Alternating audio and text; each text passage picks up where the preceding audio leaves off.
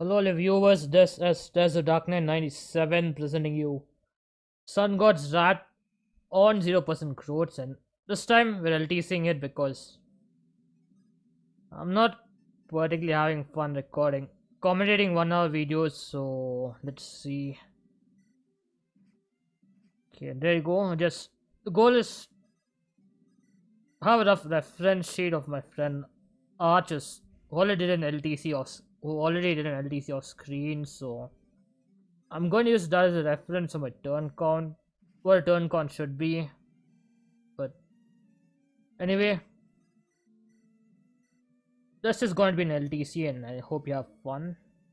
So the goal is to beat the chapter within 8 turns.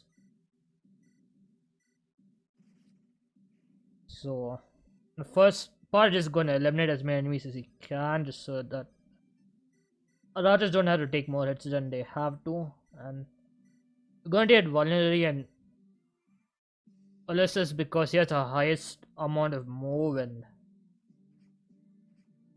he'll probably face the most amount of combat in this chapter. So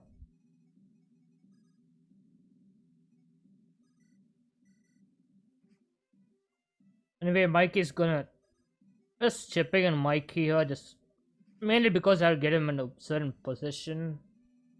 But you can always just hit with Catherine first and hope that she crits there, I guess.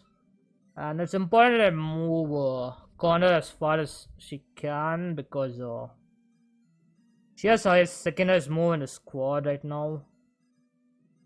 And it doesn't matter if Lorena moves that part either, but it kind of helps if everyone can need someone to heal, but it's not a big deal if he doesn't either.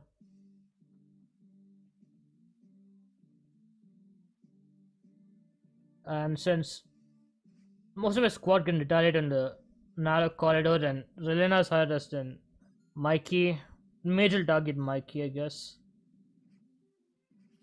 Not that the mage does a lot of damage, but it's still something I want to say there.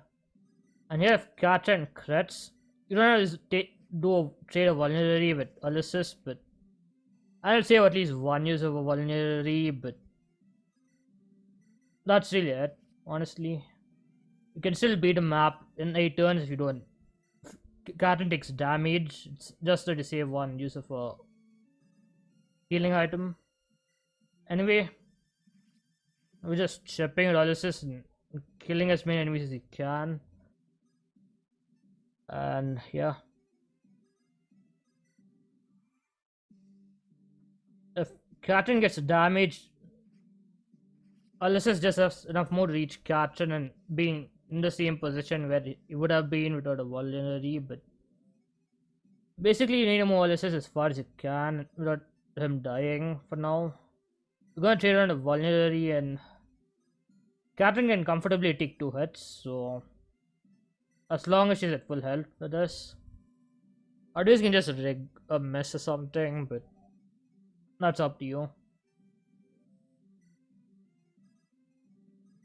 Okay, there's a reason I'm putting Connor in that position because she has to reach Catherine and trade a vulnerary to Ulysses in the next 2 turns, but other than that, I'm kind of fine. So Catherine will kill these Cavaliers pretty reliably with Vodavo because 5 PCC, and yeah, she does 0 cure them regardless, but I just thought it would be safe to use it Vodavo there. Anyway, we're gonna trade on a Vol to Condor, and just to be safe, we're gonna chip at Catherine around here. Mikey does enough damage to take him down with some chip damage, and that kind of helps. So now more and more like Smoothie doesn't really matter, but we're just gonna heal him just in case he has to fight a bit. And with the Marty Party, killing the soul is a lot more reliable while holding Astia along, so that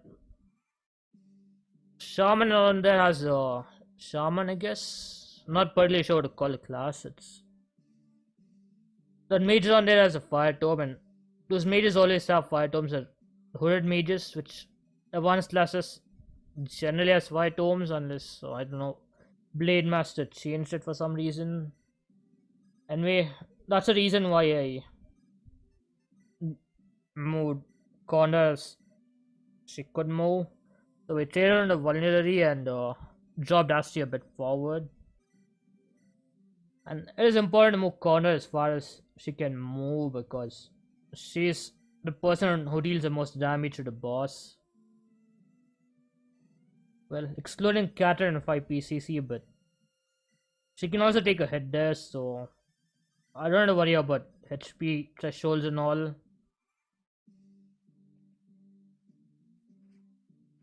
And if the hatchet doubles, I guess, unless it might have taken those archers down, but especially the mages, but the hatchet doesn't double, so we're just going to massive chip damage instead, which is totally fine. Just don't need to double, honestly. But now we just need to move, kill as many enemies as we can. Excuse me. We need to kill as many enemies as we can, and just make sure Astria can seize the turn on her next turn, pretty much. If you have any enemies that are not obstructing or goal of seizing, I'll try capturing them, and it'll probably be important to capture as many states as I can, but I guess I can use defense chapters for that. Anyway, we can finally trigger a document and get an extra vulnerability, which kinda helps. And since Mike is a temporary unit, all this stuff will go to convoy, which means we can trade wherever I want to. And I could technically use the hatchet on Marty Party, but the Iron Axe is a compromise between usability and reliability, so we're using the Iron Axe here, but and also the Marty Party is a bit heavy, so the mage will probably double. Unless doesn't kill him, so we're just playing a bit safe. And by the way, Savage Blue has damage range of 3, which means unless this is even better than it used to be. Well, since this is an LTC, I'll probably use him to some extent. I don't know how far, but I mean, definitely not in game. But I guess Savage Blue is just useful enough to have. Make sure he's there for whatever maps can bring him in for early on until I get better units. And we just got a chip here because I want to capture Thunder Mage there. Normally I'd want to capture the Fire Mage at the bottom, L-Fire Mage for extra damage, but that's only mage I can capture reasonably and beat a map within 8 turns, so Thunder Tome will get. Anyway, it has more uses of Alpha Tome, which is kinda nice. And there you go, Condor reaches level 2. Not that the levels matter, but and Marty Party kills a boss pretty reliably. And there you go, Nibbor is down.